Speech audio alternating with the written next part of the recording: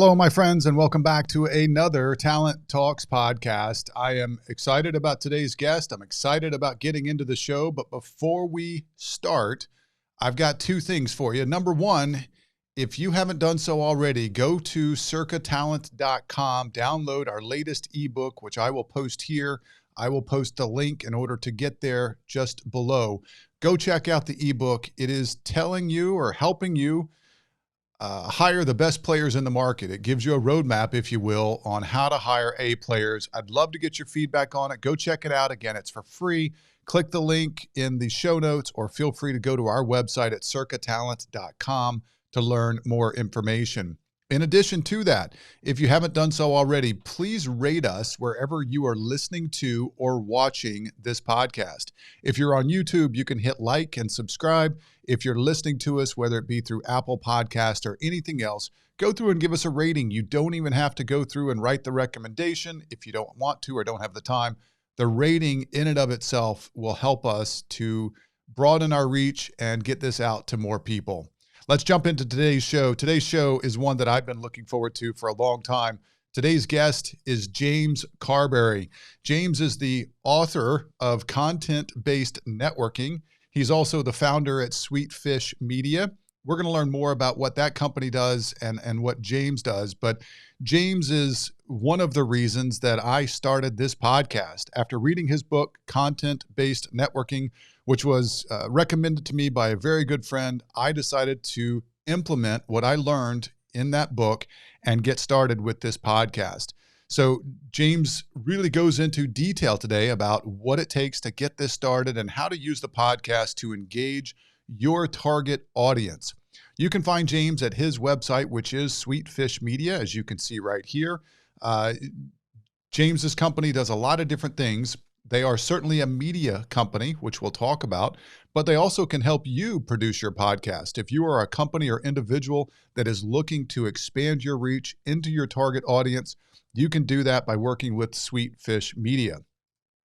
You can see Jame also on his podcasts, which these are the podcasts that I'm showing you on the screen now for Sweetfish Media. There's the B2B Growth Show, the Manufacturing Show, the B2B Sales Show, Crafting Culture, and one that's not listed here, the CIO Show.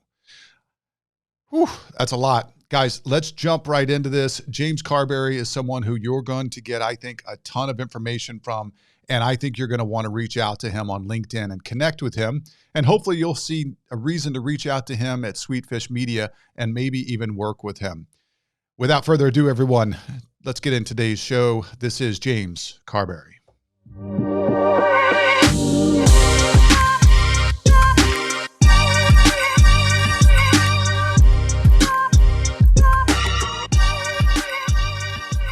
Everyone, this is Jame Carberry. I know I introduced this up front and I showed you my excitement level. I'm still geeking out here. So as we go through this, just know that I've been a student of his since his book came out. It was introduced to me by somebody that's a very good friend of mine and also a friend of James's. And it's just led me to build out this podcast and continue to try to add value to people with what we're doing. So Jame, I can't tell you how excited I am about this, and I'm ready to get started. I'm pumped for this, Scott. Thank you so much for having me. This is going to be a really fun convo. All right, cool. Well, listen, I'd like to get started with this, and I ask people this all the time. Some people have taken it into, this is my morning routine. Some people take it into, this is what I'm listening to. And some people say, I just sit here and listen to questions and it keeps me sharp. But to get started, what is it that you're doing these days to make sure that you're staying sharp? What are you listening to? What are you reading? What are things that our listeners might enjoy as well to stay sharp? And what are you doing? Yeah. So I have been consuming 2 leadership podcasts for probably the last year that I feel like really keep me on my toes and keep me sharp. And one of them is called the Craig Groeschel Leadership Podcast. Okay. And then the other one is called At the Table with Patrick Lencioni. So Patrick Lencioni wrote my favorite all-time business book, The Advantage. He also wrote 5 Dysfunctions of a Team. And both of those podcasts, At the Table and the Craig Groeschel Leadership Podcast, I just think are incredibly insightful.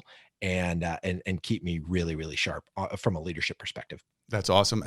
I've got books on this side. I'm not going to turn everything around, but that Five Dysfunctions of a Team is one of my all-time favorites Yes. as well. So good. yeah. So I think that people will get a lot out of that. And those are two good ones to look at. Man, talking about books. So what prompted me to reach out to you, a friend of mine introduced me to this book, and I'm going to show it right now. Hopefully it'll hide my face and show the book correctly. Yes. There it goes. It's clear. So James, this is your book that I got to tell you has changed my way of thinking of connecting with your customer. And it's a whole different way of networking and building relationships. I can't thank you enough, but let's talk about what prompted this book. I mean, how did you figure this out? And then what made you decide to put it in a book? Yeah. So when I first started Sweetfish, it was January of 2015, and it was born out of me getting let go from a technology company, and their funding dried up, and they couldn't keep me on anymore.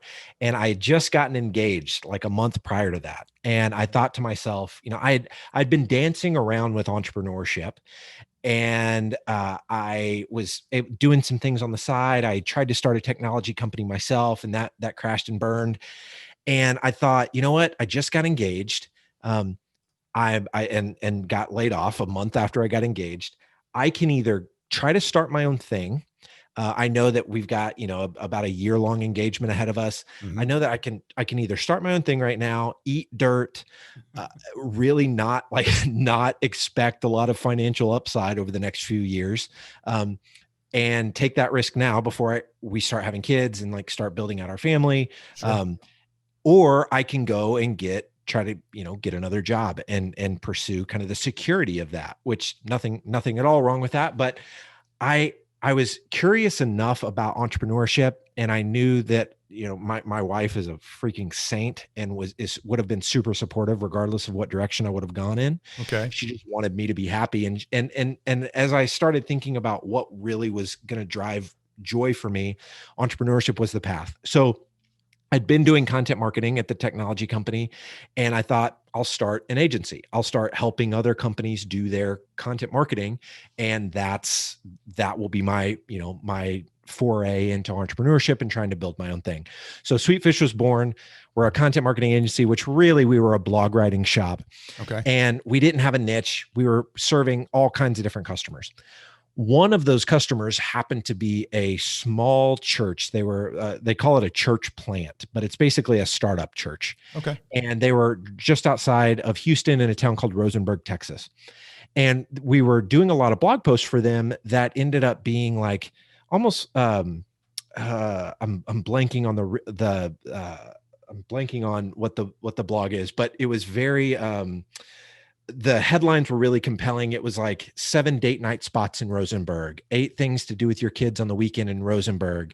And so it was those blog posts were doing really well for them. They were going viral on Facebook, and because it was hyper local, right? Like it was their community was like, oh, I want to know what are the 8 things I can do with my spouse on the weekend in our town. And nobody else was writing that kind of content. So it was driving a lot of traffic to the church. And I thought, okay, we're onto something here. We're getting really good results for a very specific kind of niche type of company, this startup church. Sure. And so I was like, how can I reverse engineer more relationships with decision makers at these churches? Because if we can do this for this church in Rosenberg, Texas, we can do it for churches across the country. And so as I was thinking about it, I'd been doing a podcast with my friend for the last year or so. Mm-hmm. And I had noticed that anybody that I asked to be a guest on the show said yes. Okay. It was pretty much a no-brainer. Like it's super flattering to be asked to be a guest on a show. And so I was like, okay, I started kind of thinking, okay, if I want to know church planners and I know that asking somebody to be a guest on a podcast works, and they always say yes, what if I started a show about church planting and then asked all these church planters to be a guest on the show, and then on the back end, after creating content with them, I could see if they had a need or had a desire for our our content marketing service, Okay. have us write blog posts for them, like we were writing for this other church. Because you kind of had the And formula, right? You yeah, knew the yeah. formula worked, so you had the formula. Yeah, so I'd never applied it in that way before. Like Okay. with the show that I was doing before, it was a show called Inspiring Awesome, and there was no real strategic focus. It was just a show that my buddy and I did. We wanted to interview really inspiring people that were doing fun stuff, and feature them. There was no business. It wasn't tied to a business or anything like that. It was just Got like it. a fun little side project. Sure. But so we started this, and the show didn't exist. We had a name for the show, and I reached out to 100 complete strangers. I found them on a list of church plants, and I reached out to 100 total strangers, and 80 of them, Scott, replied and were interested in some form or fashion in being on the show. We ended up doing episodes with 45 of those people. And I thought, oh my gosh, I don't know of a cold outbound strategy that is more effective than getting an 80% reply rate. Never heard of anything like that. That's crazy. Less than 1% reply rate. That's crazy. So it all came down to just this fundamental difference of our ask is different. Instead of me, if I'd emailed those same 100 people and just said, hey, are you interested in content marketing services for your church? I would have probably got less than a 1% reply rate. The normal return like every other cold outbound campaign, right? Of course. But because the ask was, hey, do you want to be a guest on this podcast that doesn't even freaking exist yet? 80% reply rate. And so that was when that was my big aha. And I was like, there's like psychologically, there's just something different about trying to engage with someone when you make it all about them. So it is inherently valuable to them to say yes to being on this show because it's going to make them look good. Right. They are going to get featured for their expertise on an episode of a show that they can then share on their social channels. They can show their spouse. I mean, there's all kinds of benefits, both, just personal benefits as well as benefits that they can tie back to the success of, their organization and all kinds of things. So from there, of those 45 episodes, I quickly learned that church planters have zero budget for content marketing.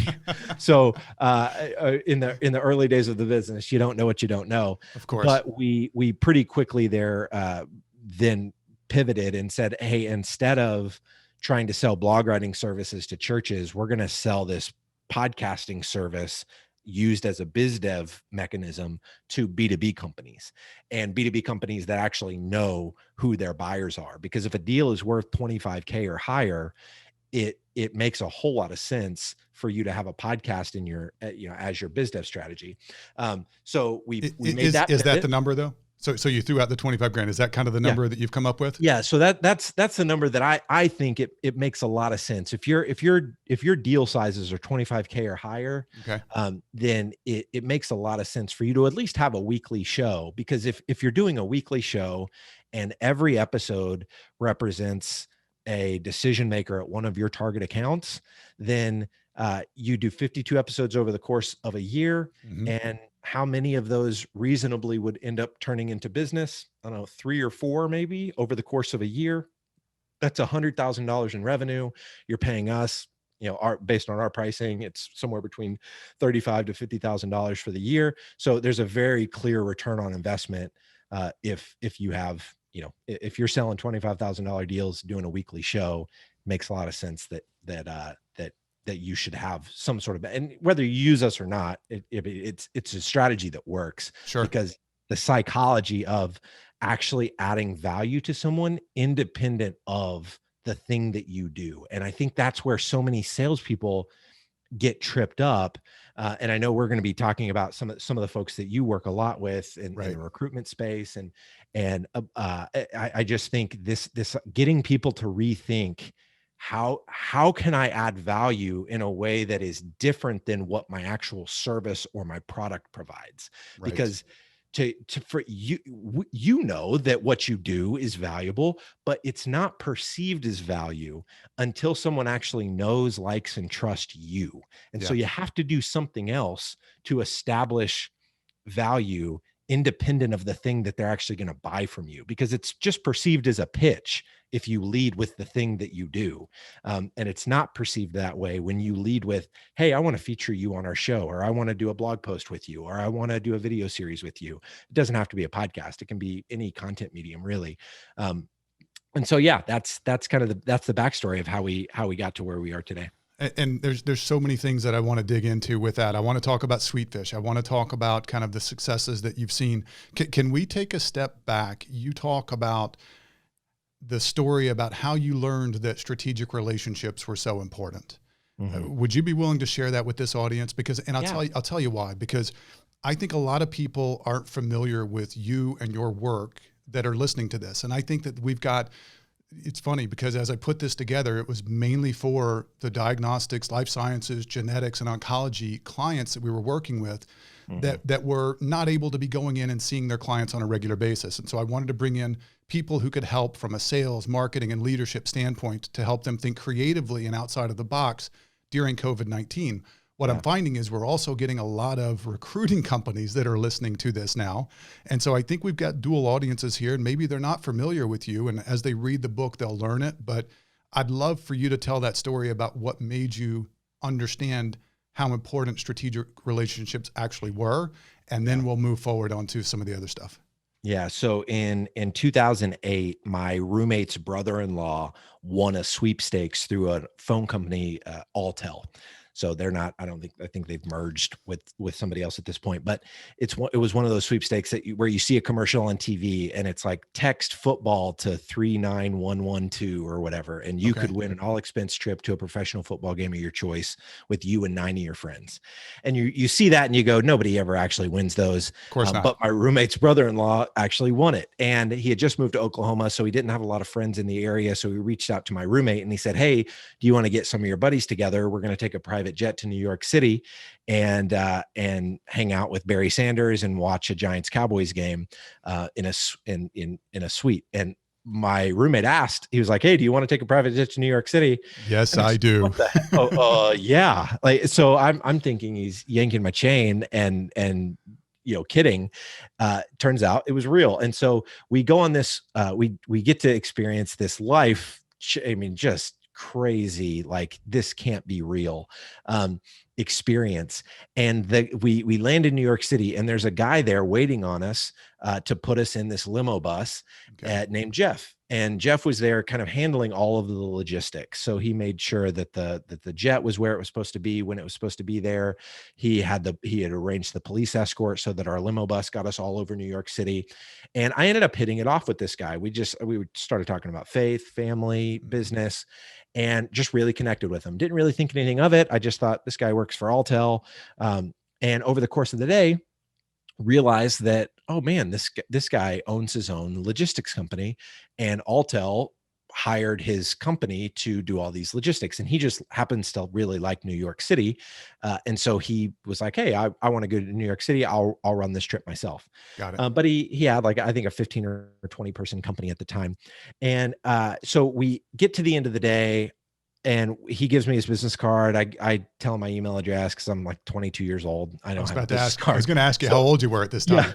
Yeah. So I'm right out of college, and so we swap contact information, but I really don't think anything of it. I'm like, nothing's going to happen here, but it'd be fun to stay in contact with this guy. Well, a year and a half later, we had stayed in contact, and he asked me to move across the country to Orlando, where his company is based, and help him run the helicopter division of his business. And ended up capitalizing on that, prayed about it, thought that was the right move for me at the time. I was working in the accounting department in an oil and gas company, really hating my life, not really feeling any sort of fulfillment out of my vocation. And so took him up on that opportunity. And in working for Jeff for the 3 years that I worked for him, I ended up really seeing what entrepreneurship looked like. And so moving to Orlando is where I met my wife. And so my entire life changed because of this single relationship with Jeff. I'm an entrepreneur because of Jeff's influence in my life. I met the woman that I married because of Jeff, because Jeff asked me to move across the country to Orlando. I can't imagine a scenario where I would have met Lisa outside of living here. Right. And so So I think about that and I go, oh my gosh, it all came back to that one single relationship. Hmm. But that relationship happened because of serendipity. And I think so many of us experience life transforming relationships, but we depend on serendipity for those relationships to happen. Oh, we happen to meet this person at a conference, or we happen to run into this person at an airport, or all of these like serendipitous relationships.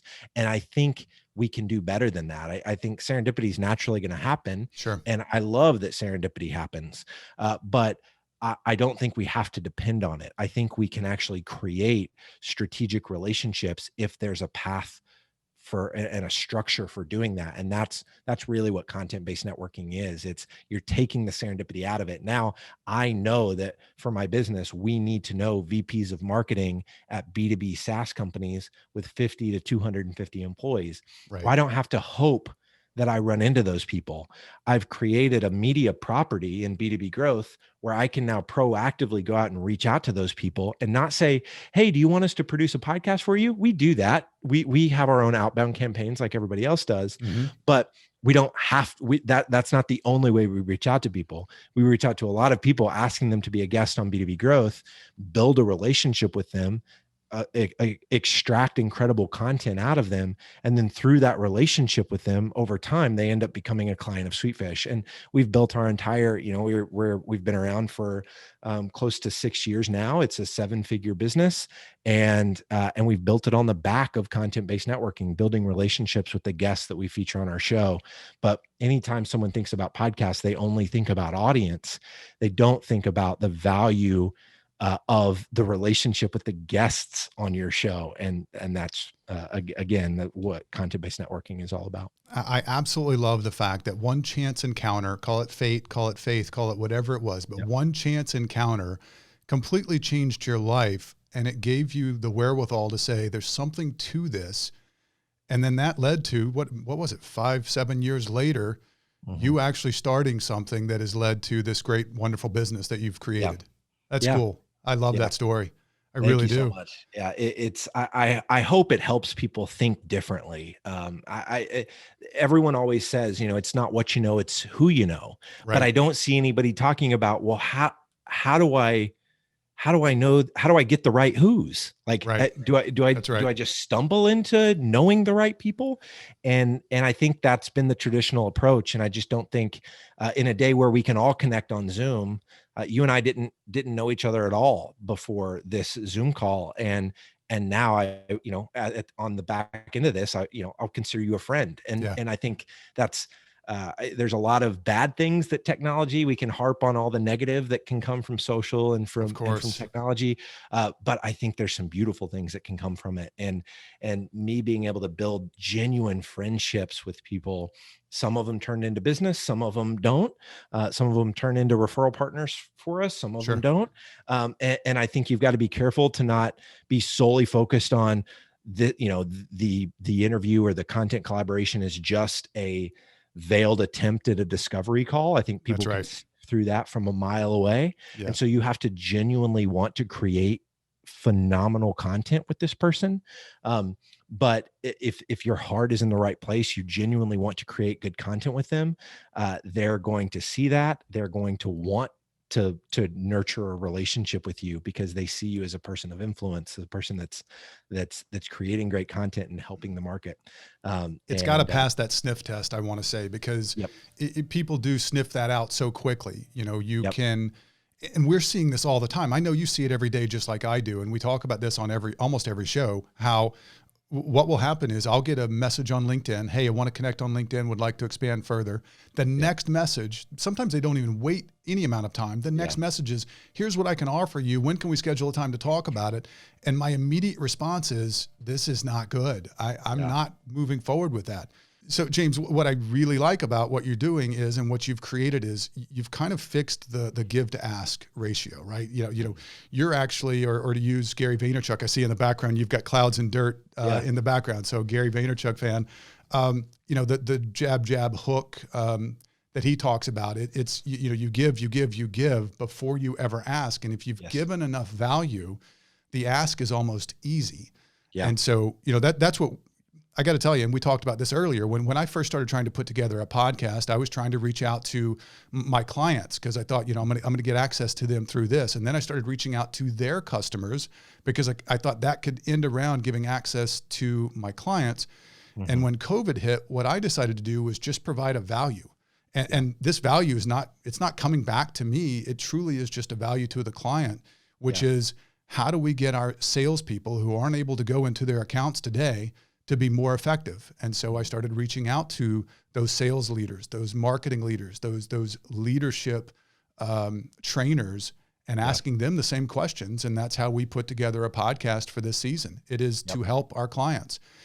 Eventually, hopefully we'll move back to that, and I'll be able to start reaching out and talking to our clients.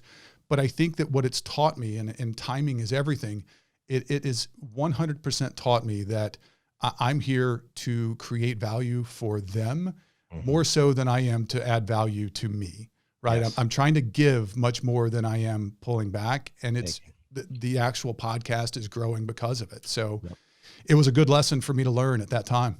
Yeah. I wish more, I wish more sales professionals understood that. And so I've got two wishes. I wish that sales professionals understood how collaborative content creation creates a halo of relationship and trust that ends up mapping to the thing that they're compensated on, which is revenue.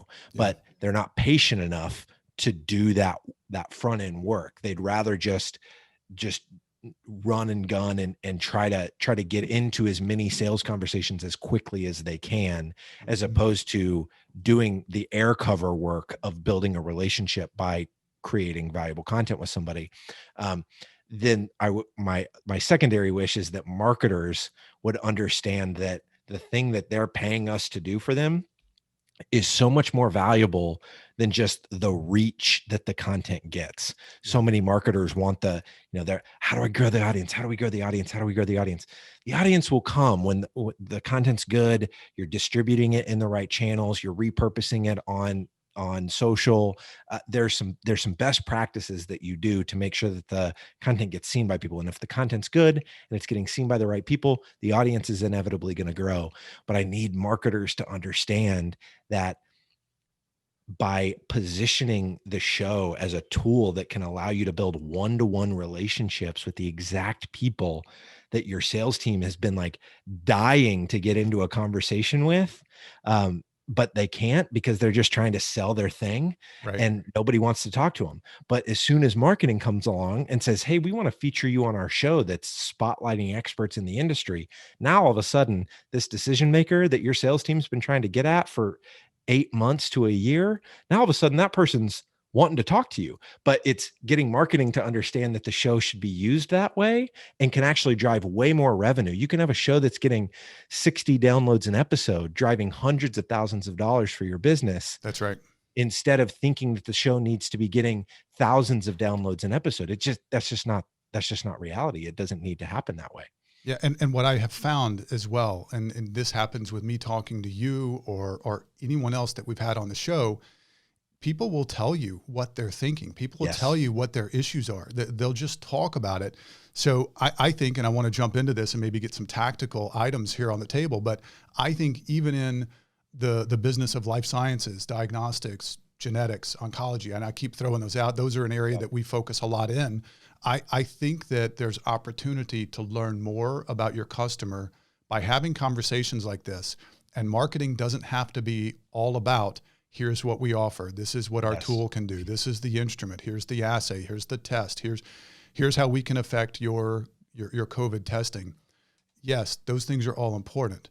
But laboratorians also want to talk about, how they're financially taking care of the laboratory, or the fact that some of their testing, what they're getting from CMS is dropping right now as opposed to what it was earlier in the year. Those are things that I think are important.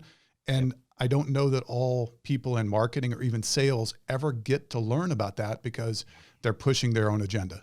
Yes, you're exactly right. I think when you when you start to see how many benefits there are from taking this approach of collaborating with your ideal buyers and creating content with them, yes, the relationship with that contributor that now can map to revenue is one benefit, Right. but the learning, like when you have, let's say you have multiple people from your team co-hosting your company's show, which Hmm. is something that we advocate heavily for.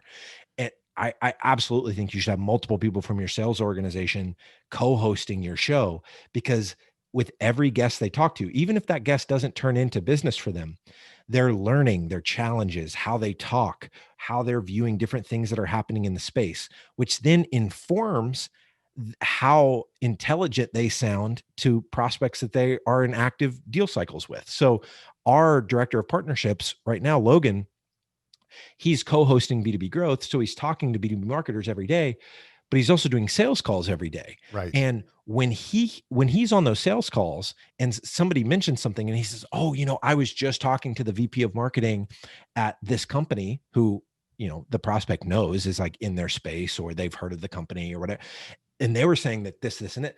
Now Logan is having conversations with this marketer at a higher level than just our service, they're having strategic conversations because Logan understands our buyer like the back of his hand, because he's talking to them on our show That's right. day after day after day. So what you can learn from having these conversations, even if it doesn't map directly to this guest became revenue for us, is mind blowing to me. One tactical thing that I'll say, Scott, that you can go even further with this, and something we've just started doing in the last month. Okay. Start putting together. So you're asking your ideal clients to be a guest on your show. So you're starting to build those relationships. On the back end of that, start inviting them to be a part of a mastermind group with 5 to 7 other people that have also been a guest on your show. So now imagine this: not only are you having these individual conversations with people in life sciences to take your business as an example, Hmm. but now you say, "Hey, I've got 5 other folks that have been on the show that are also in the life sciences space, similar job function, similar industry. And we're going to start doing a monthly call. I'm going to facilitate that call, but we're just going to be talking about what's happening in the industry, what your challenges are. And then we're collectively, as this small group of 5 to 7 people, going to help brainstorm solutions to each other's problems, because we're all in a similar space, in a similar job function, accountable Right. to our organization in a similar way. And you're now as the business owner of your company, you're facilitating an extremely valuable experience for your potential buyers to learn from one another, and you're at you're the centerpiece of that. So It's you're brilliant. adding so much value to them because you're putting them in direct proximity with their peers who can tangibly help them solve problems in their organization that they otherwise wouldn't have been able to solve, because you're in your company, you're in a silo, and you're only typically depending on other people in your company. But you now, as a podcast host, not only do you have all this content and all these individual relationships, now you're starting to put people together inside these micro groups. And Right. I think that that's the kind of community that I want to see more companies trying to build, like micro communities where you're getting true value from a small group of people, as opposed to just 1,000-person Slack group or Facebook group where you kind of feel disconnected and Right. Not intimidated sure what you're because doing there. Not sure what anyone else doing there. I yeah, like that. yeah, That's a great idea. I mean, James, let me ask you. I mean, hopefully we'll actually get into the subjects that we were going to talk about today, yeah, but I think we're all covering it. Let me ask you, what keeps people from doing this? yeah, What really, because everything in this book, and again, guys, I will show this book, and it's funny. I told James, I did a presentation for a group, Sanford Rose, for some of their senior recruiters. And I showed them this book, and I talked to them about building the podcast, and a lot of the questions were around, how much time does this take to prepare, right? Because people are busy. But yeah. what do you find more people say is the reason why they can't do this than anything else? You nailed it, Scott. It's time. And so I think uh, Kevin Dorsey said something really brilliant on Chris Walker's podcast, and I think it was like episode 69. He said, people would rather lose money the way they know how to lose money than they would try something new. Yeah. And so I think people just have, uh, it's easier to default to spending $200,000 on the trade show execution because we've always done it that way. That's something we've always spent $200,000 going to these one or two trade shows every year. And I think if you just, I think if people thought more creatively about how could we use that $200,000 differently, I also think that people a- aren't trying to reverse engineer the result that they're trying to get. And so this whole content-based networking thing happened because I was brand new in business, and I knew that if I had relationships with people that could make purchasing decisions for our service, if I had relationships with those people, I knew that they would end up deciding to work with us. Right. And so the entire strategy was born out of me trying to reverse engineer, how do I create relationships with the right people? And I think there's not enough people thinking through things like that. They're so accustomed to doing things the way they've always been done, instead of truly trying to figure out, no, how can I reverse engineer the result that I'm wanting? Yeah. And I know that when I say the word relationship, it can come across very fluffy, and it's oh, this fluffy duffy relationship thing. But I don't think anybody listening to this could argue that relationships are the driver of everything. When Sure. you have the right relationship, whether it's you're trying to get a job at your dream company, or you're trying to win an account with a big account if you're in sales, whether you're trying to recruit talent for your organization, if you have the right relationship, it's air cover and makes everything easier. Yeah. So I And it's just trust too. I mean, yeah, it's trust. And it's also, you're talking about strategic relationships, but the only way that that leads to something else is if you're genuine and if you've got a good product and if you can deliver on your product. yep, Those things have to come in the back end, no yep, question. Otherwise, yep, you don't have a company, right? yeah, So you can yep. interview They're everyone in the required. world, and if you're not Yep. genuine, and if you can't produce the product in a quality manner, in a timely manner, like you're supposed to, it's not going to work. And so I think all of those things still play into it. Still absolutely matter. Yeah. And you talked about the time. I think timing is a big excuse. I think the other excuse is fear. I think that people have a fear of getting in front of a camera. I think people have a fear of, even conducting interviews. I mean, when I first started, I was awful. I know, flat out say it. And I'm still not great, but I'm trying to get better. But and I think I've had a couple of people reach out to me and say, hey, what did you mean by this on the podcast? I talk about failing often, and I mean it. I've had to learn this over the years, that I will try something and fail and learn from it and then change it and try to make it better the next time. And the more you do that, the better opportunity you have of developing something great. Yes. And so I wish more people, again, I sometimes don't convey this correctly. I want more people. And in fact, in my company, I challenge people to do things different and fail. And if they fail, as long as we're learning from it, it's a win for me. I can grow from that. I absolutely agree with that. And just to give, I want to give folks as much tactical stuff as I can Yeah, here. let's do it. Okay. And if you think that one of the big fears that people have keeping them from doing this and executing a strategy, whether you work with Sweetfish or not on it, honestly, I don't care. I just want more people doing this. Mm-hmm. And if your fear is, I don't know how to do the interview, I don't want to sound like an idiot talking to my ideal buyers or talking to my strategic relationships. Right. I don't know how to create content with them. We've recently developed something we call POV discovery. POV stands for point of view. So Okay. the key to creating great content is having a clear and distinct point of view on something. The reason Chris Walker, for those listening that are familiar with B2B marketing and the B2B marketing world, the reason Chris Walker is taking the B2B marketing world by storm right now is because he's got several distinct points of view that are different than what traditional B2B marketing has espoused. And he shares those points of view often. And so with your guests, whenever you're doing a show like this, using this POV discovery framework, you can actually discover what are the points of view of your guest and how can you and then draw that point of view out of them so that your content is actually great because you've done a good job of extracting a quality POV. And it's a very simple framework. It's 3 questions that you can ask. Cool. You can either ask this as a part of the interview, or you can ask it as a part of a pre-interview and then build the episode around the most compelling response you get to one of these 3 questions. You could do it either way. Okay. But the 3 questions are this: what's a commonly held belief in our space that you passionately disagree with? And that's a money question. I mean, that's going to get them talking about something that is not just what you're hearing everybody else talking about. So in our world, or in my world, I hear people talk about sales and marketing alignment all the time and how sales needs to be aligned with marketing.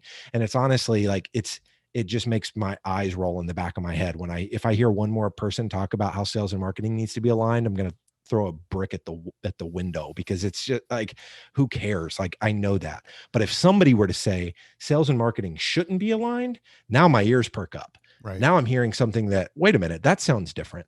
And so by framing the question that way, you're positioning your guest to share their distinct point of view in just the way you phrase that question. What's a commonly held belief in our space that you passionately disagree with? Okay.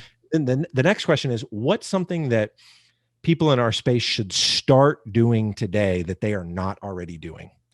The third question is, what is something that people in our space should stop doing today that they probably are doing and it's hurting them?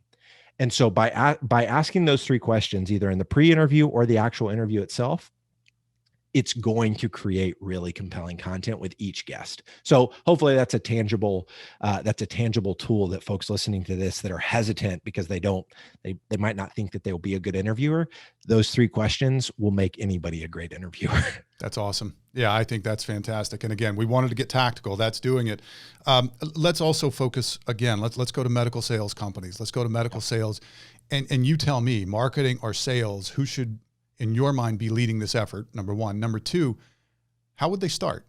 Yeah. And what would they do to get started with this? Let's say that they, obviously, I want you all to reach out to Sweetfish Media without question. I also want to know where that name came from before we end. But, you know, I say reach out to him. James's group does phenomenal work, and a lot of the people that he's mentioned are using him or have used him. And so, in fact, I hear it on, who did I hear? John Barrows was talking the other day, asking someone, what did you use Sweetfish for that? Yeah. And so, yeah, you know, you've got some big names that you're working with. So I want everyone to go work with you. But medical companies, who should lead the charge, and how do they get started? Yeah. So I think most of the companies that we're working with, it's coming through marketing. So marketing is leading the charge. I would love to see sales leading the charge on this.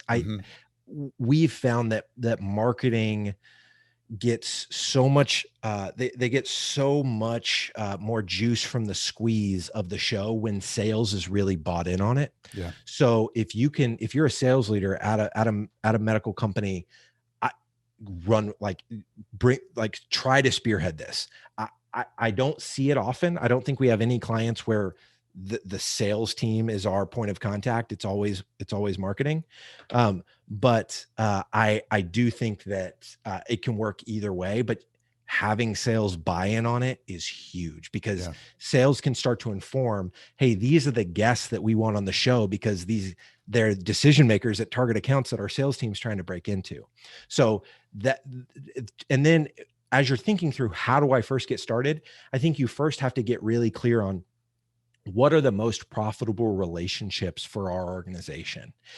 You can look and say, oh, we've got lots of different buyers. What's the most profitable? Start there. Who brings the most profit into your organization, and start there, because when you build the show around the persona of your most profitable relationship, you're going to see results pretty quickly. Because if you're going after, say, we do shows in a lot of different industries, but just as an example, HR leaders. If you have a technology product that the VP of HR sells or buys from you, how can we build a show about being an HR leader so that we can go to those VPs of HR, have them talk about their expertise, which is leading the HR function in an organization, and that content is going to be hyper relevant for other VPs of HR. Right. That's And, right. and so you first got to get clear on who is the equivalent of your VP of HR. Sure. Is it,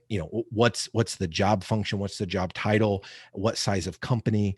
Once you're clear on that and you build and you brand the show around creating the most helpful content for that specific persona, then you can really, you have the foundation of a solid strategy. So I've got people in my head that I'm already thinking about. I'm going to forward this to in the marketing and sales side of our clients, just to give them these ideas, James. So Awesome. If your phone starts ringing off the hook, you're going to know where it came from. I love it. Let's talk about. I want to hear before we get off here, and I know we're going to run out of time. Sweetfish Media. How'd you come up with that name? Yeah. So one of my roommates, back when I very first started the company, I'm obsessed with the candy Swedish fish. Okay. And I didn't want to name it, Carbary Media. And so I was like, how can we name this business around something that's like a part of my personality, but not, overtly me. And my roommate at the time was like, oh, you really like Swedish fish. So we were like, oh, is it redfish? Is it, what could it be? And then my roommate at some point said, well, what about sweet fish? And it stuck. So it's, I wish there was a more elaborate or explanation behind the name, but it's really because I'm a candy head. That's great. And I love the name. Let me ask you this. How can people find out more about you? Do you have anything new coming out? What's the next book? Anything else that we can talk about? How can people reach out to you? Yeah. So james@sweetfishmedia.com is my email. We've got a book coming out next, I think summer. So summer of 2021, it'll be on thought leadership, co-writing it with our director of audience growth, Dan Sanchez. So that's coming down the pipe, but james@sweetfishmedia.com. Would love to hear from you. Always love talking to folks that are trying to figure out this strategy and what it can look like for them. Sweetfishmedia.com is our website. And then I'm super active on LinkedIn. Yes, you are. I've seen that. Let me ask you, and I keep saying, let me ask you, I could go on all day long. All right. This book was written a few years back now. So yeah, it launched earlier this year. Yeah. Yes. January 2020. So I was looking at 2019 for the copyright on it and when it was actually put together. Based upon feedback and what you've seen actually on the ground, any changes you'd make to this? Anything you'd add to it or update it with?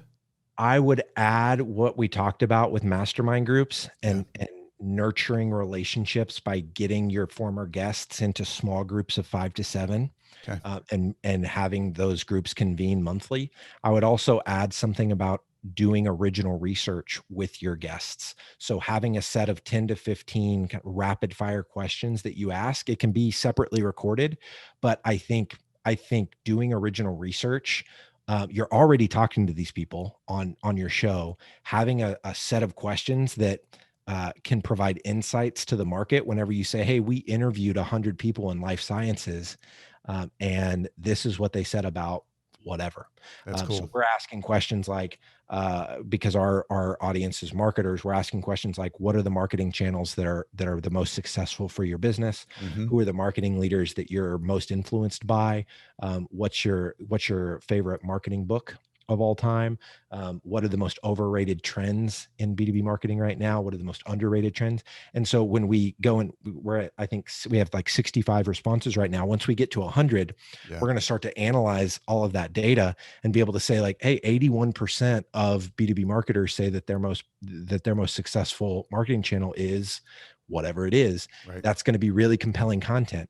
And it's very easy to do, especially if you're already doing a podcast. So I would add those two things: mastermind groups and original research. Fantastic. We're all about talent. Okay. We always want to talk about talent. I'd love to get your thoughts on talent. What are the things you look for? And then what are those things, if you see it, you want to hire it, you want it as part of the team. And I've seen a lot of videos with Logan. I saw your video where you brought Dan in and talked about him and his new role. Killer guys. So you're finding great talent. What are those things that you look for?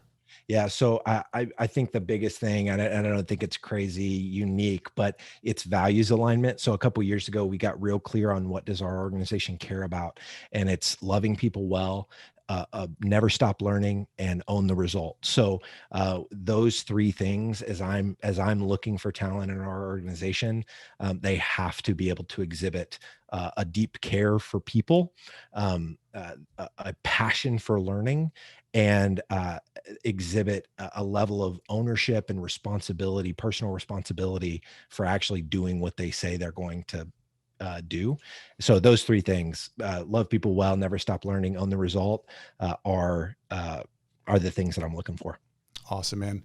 James, it's been an absolute pleasure. I know that you've got to run and have other things going. I can't recommend this book enough. Again, I'm going to put it up here. I think it's like the fifth time I'm showing this thing. I can't recommend this book enough. There's nothing in this book that you're going to look at and go, oh my God, I can't do that.